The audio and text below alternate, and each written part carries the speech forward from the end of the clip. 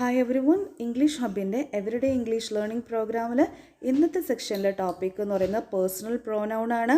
Personal pronoun എന്ന് പറഞ്ഞു കഴിഞ്ഞാൽ ഈസ് എ പ്രോനൗൺ. നമ്മൾ നേരത്തെ പറഞ്ഞതുപോലെ തന്നെ നൗണിന് പകരം വരുന്ന ഒരു വേർഡ് തന്നെയാണ് ഏതെന്ന് പറയുന്നതും പേഴ്സണൽ പ്രോനൗൺ എന്ന് പറയുന്നത്.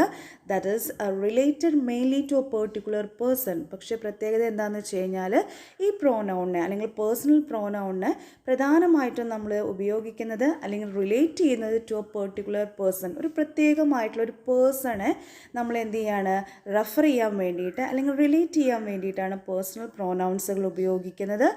But are not limited to people and can also refer to animals and objects. പക്ഷേ നമ്മൾ പീപ്പിളിനെ റെഫർ ചെയ്യാൻ വേണ്ടിയിട്ട് മാത്രമല്ല, പകരം ഏതിൽ കൂടി ഉപയോഗിക്കുന്നുണ്ട്, ആനിമൽസിനെയും ഒബ്ജക്ട്സിനെയും ഒക്കെ റിഫർ ചെയ്യാൻ വേണ്ടിയിട്ട് പേഴ്സണൽ പ്രോനൗൺസുകൾ നമ്മൾ ഉപയോഗിക്കുന്നുണ്ട്.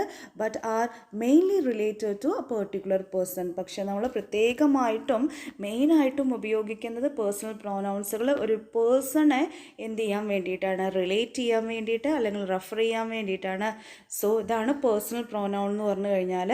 പേഴ്സണൽ പ്രോനൗണുമായി റിലേറ്റ് ചെയ്തിട്ടുള്ള കൂടുതൽ വിവരങ്ങൾ നമുക്ക് അടുത്ത വീഡിയോയിൽ കാണാം. So thank you.